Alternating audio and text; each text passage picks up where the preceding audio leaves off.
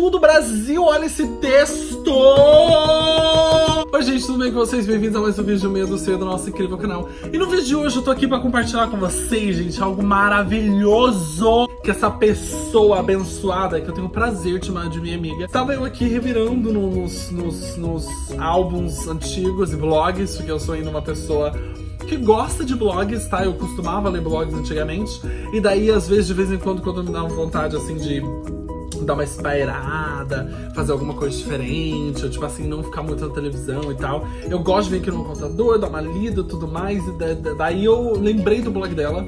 Falei, vou voltar, porque eu gosto dos textos dela, ela escreve muito bem. Eu vou ler aqui pra vocês hoje um texto que eu me identifiquei muito quando eu li na época, muito. Eu falei, mano, eu preciso compartilhar isso com eles. Porque é muito fato. Eu acho que muitas das pessoas que moram nos Estados Unidos, ou estão atualmente em outro país, ou estão numa condição melhor de vida, passam por essa situação, tá? Mas eu vou ler pra vocês poderem entender. O título do texto começa com ela falando assim, a síndrome da barriga cheia. Daí ela fala assim: eu tenho uma família bacana, amigos bacanas, casa própria, emprego, marido bonito que cozinha, faz massagem no pé. Moro na Europa atualmente e a saúde pública funciona, o sistema educacional funciona. Tenho dinheiro para fazer mercado e pagar minha própria gasolina. Tenho conta na Amazon Prime com Free Next Day Delivery, que é coisas que são entregues no dia seguinte, de graça. Dirijo um carro legal, que não é meu, é da empresa, mas pago de gatinha mesmo assim. Trabalho que nem louca, mas gosto do que faço. Não fumo, não uso drogas, bebo, não bato no marido. Tenho um pé bonito, na minha opinião, porque na opinião da Maria Clara, da Maria Carla, meu pé é horrendo. Tenho um diploma, nunca quebrei um osso, não tenho alergias e melhor de tudo, sou uma pessoa boa e honesta e conquistei tudo isso com mérito próprio, menos o pé bonito. Ou seja, uma pessoa de barriga cheia que tem tudo. Mas será que esse tudo é suficiente para ser feliz o tempo todo? Ela continua assim, ó. Avaliando dessa forma, eu tenho a vida que a maioria das pessoas queria ter. Mas ainda assim, tem dias que eu chego em casa, sento no chão e choro por 3 horas sem parar. Quando a agonia passa, fico com raiva de mim mesma, peço perdão a Deus por ser tão mal agradecida, aí volto a chorar de tanta culpa que sinto. Gente, por que tudo isso? Gente, quem não se relacionou com esse sentimento? Quem não se relacionou com esse sentimento de culpa? Esse sentimento de tipo assim, por que eu não sou feliz com as coisas que eu tenho, sabendo que tem gente pior do que eu na mesma situação? Vai só ouvindo isso. Segura esse sentimento, agarra nesse sentimento que eu acabei de falar pra você, que você vai entender. Essa pergunta eu tenho feito a mim mesma sem parar nos últimos meses e nunca soube responder. Eu me fechei em uma bolha, tive dificuldade de conversar com a minha família e com os meus amigos pelo simples fato de que, quando eu dizia que estava meio pra baixo, ou que as coisas por aqui estavam difíceis, tudo que eu escutava era: mas não era isso que você queria? Mas você e fulano estão bem com a casinha de vocês, o que mais você quer? Mas você não queria tanto esse emprego, essa vida na Inglaterra? Ué, volta pro Brasil então pra você ver o que é difícil. Bia, pensa que tem gente pior. Morar na Europa e reclama da vida. Bia, é até judiação você falar dessas coisas. Mas tanta gente queria estar no seu lugar, você devia agradecer. Bia, é até pecado reclamar. Ah, quer trocar comigo? Eu vivo fácil a vida que você tem. Mas você tem tudo. Tem uma coisa das pessoas que moram ou decidiram sair do Brasil, né? Vamos falar Brasil. E foram para outros lugares. O que mais tem são pessoas que não entendem a dificuldade do outro.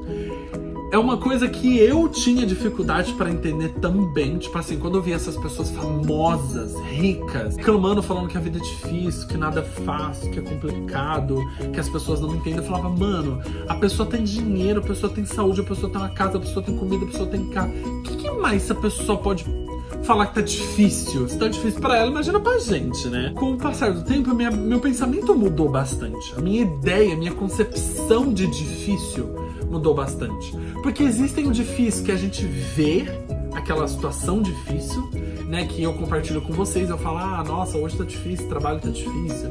E tem um difícil que vocês não sabem. Tem um difícil que a gente não sabe da vida das outras pessoas.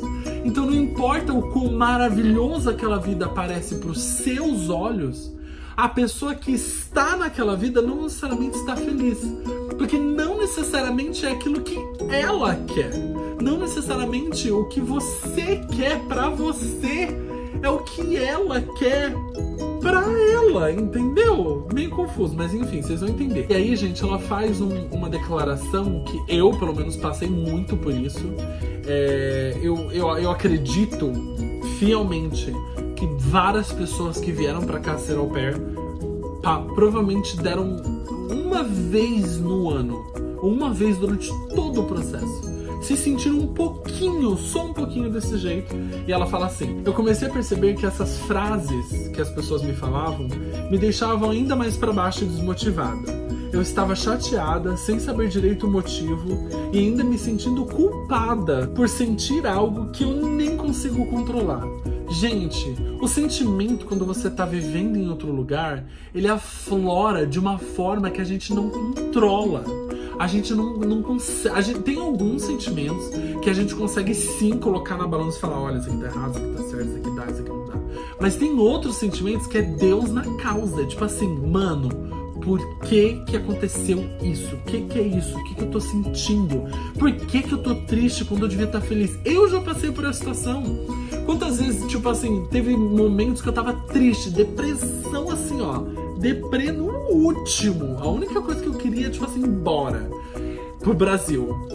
E daí eu conversava com as pessoas ficavam assim: nossa, mas você mora nos Estados Unidos agora. Nossa, mas você tá reclamando, me dá até o iPhone. Nossa, mas você não tem emprego, mas pelo menos você tá aí de boa. Nossa, mas eu falava: gente, mas não é isso que eu quero dizer. Eu não quero dizer assim, da minha vida agora, do que eu tenho, se é bom pra você. O que quer dizer é que o que eu tô passando agora não é bom pra mim. Eu não tô feliz com o que eu tenho. E mais pra frente ela compartilha uma coisa engraçada, que eu acho que muita gente também passa por isso. Que é quando a psicóloga começou, que ela marcou uma psicóloga, né, pra ela, depois de todas essas fases assim que ela achou que ela precisava de uma psicóloga. E daí ela falou assim: quando a psicóloga começou a perguntar sobre minha vida e sobre o que eu faço, fui contando minha história, já me sentindo patética. Quem não se sentiria, né? Me senti péssima, como se estivesse me exibindo, como se fosse uma celebridade dizendo: gente, o champanhe aqui na primeira classe CVM está cada vez pior. Ou, não aguento mais ficar em hotéis com 5 piscinas, fica difícil decidir em qual nadar. Ou, meu marido fica insistindo em querer passar as férias nas Ilhas Maldivas, mas eu já falei pra ele que a Grécia é bem mais romântica, fico irritada com isso. É que psicólogos devem ter uma opinião neutra sobre o paciente e não julgar, mas eu mesmo já estava me julgando e com raiva de mim mesma como pessoa. Então eu comecei a ficar cada vez mais desconfortável conversando com a psicóloga e cada vez mais sem tempo de atender as sessões. Então decidi parar de vez, o que ainda nem sei se foi a melhor escolha que fiz. Então tá vendo como às vezes a gente falando pra outra pessoa tudo que a gente tem, mesmo que a gente não tá feliz, soa ingratidão? E o papel das outras pessoas que nos cercam e que muitas vezes deviam ter um pouquinho mais de empatia, mesmo que você no fundo, você fala assim: ah, nossa, mas você tá nos Estados Unidos, nossa, o que você tá reclamando? Ah, nossa, mas você tem iPhone não sei o que você tá reclamando? No fundo, mesmo que você tenha esses pensamentos, um pouquinho de empatia, você fala assim: por que você tá infeliz? O que tá acontecendo?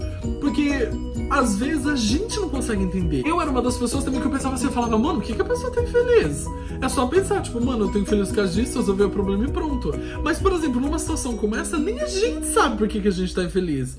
Nem a gente sabe por que a gente tá reclamando. Nem a gente sabe por que a gente tá chorando, sabe? E a gente e para as outras pessoas a gente tá sendo ingrato. Mas esse sentimento de nunca pertencer, ou talvez esse sentimento de querer morar em outro país, ou esse sentimento de querer ter uma vida melhor e batalhar para isso, e as outras pessoas fazer chacota quando você ainda fica triste por ter uma vida um pouco melhor do que você já tinha. Ah, mas nossa, antes comia arroz e feijão, agora come em restaurante e reclama. E tem gente que vai fazer isso. E tem gente que vai ainda criticar. Estamos todos no mesmo barco. A síndrome da barriga cheia vem pra todo mundo. Mas o que acontece? Não é síndrome da barriga cheia. É a síndrome da barriga cheia quando você acha que é. Que nesse caso ela achava que era, mas na verdade não é. Só porque, por exemplo, eu moro aqui nos Estados Unidos, tô no meu apartamento, eu tenho um carro, eu tenho um marido, a gente sai, a gente conversa, graças a Deus eu tenho um iPhone que eu sempre sonhei, tenho um computador bacana e tenho um trabalho, mas isso não quer dizer que eu não posso estar infeliz. Parece que a gente não pode sentir o sentimento de infelicidade. Parece que é proibido sentir esse sentimento de infelicidade.